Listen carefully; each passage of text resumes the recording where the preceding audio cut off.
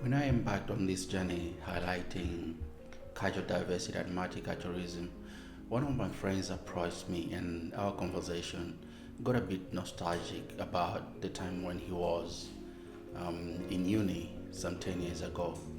And he told me his heartwarming story about the journey of coming to Australia and finding himself a foot in the community, so to speak. So my friend arrived in Australia some 10 years ago to study, and sure he had a bit of his share of challenges as a newcomer, new arrival. Firstly, I think he mentioned about the language barrier. He spoke very good English, but the Aussie way of speaking English was totally different and new to him. The words like avo, sevo, breaky, it just made him feel like he was back in kindergarten or learning a new dialect altogether.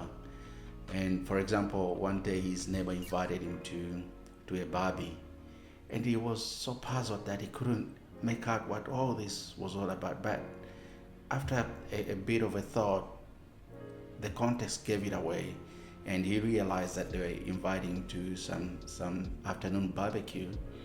He laughed it off, realizing that he had to quickly learn and adapt to a new way of life, a new way of speaking. And I remember he also mentioned about how he was introduced to AFL. He was expecting to watch something close to soccer, but then when he went to the stadium, he saw great atmosphere, a very good environment, people hyping up, and the players, they were doing everything except for kicking the ball. But with time, he got to realize that he had come to a new culture, a new way of doing life, and he had to quickly adapt. He was respectful enough to start learning and get interested into the sport, and eventually grew so close to it and became a fan of the sport itself. And that's when he realized that he was slowly integrating in the new culture that he had found himself in. Then along the way, he wanted to use his skill sets that he had come with from his country to get a job. He had very good qualification, very impressive, but then he didn't have the local experience in Australia, and that made it difficult for him to quickly get a job. And he thought he was just getting rejected for not having, for being different or for looking different.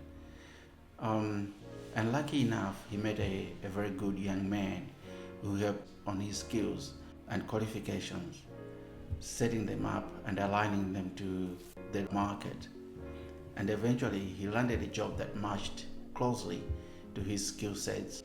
That's just a part of his experience as a new arrival in Australia.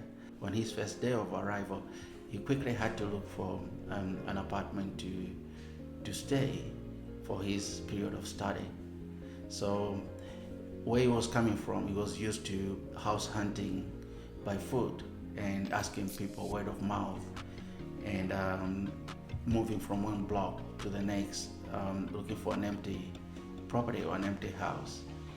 But here, everything was online, pretty much, and he had to get accustomed to certain terms that are used in property.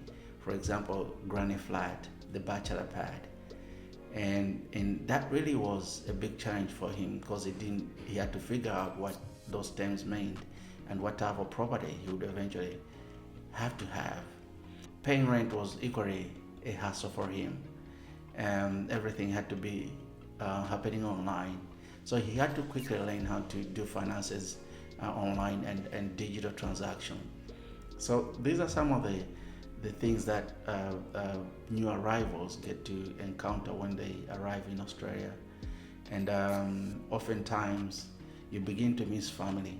And for my friend, I think he got to realize that he had to quickly adapt and transition himself to a new way of life, independent way of life, and to deal with his boredom and anxiety.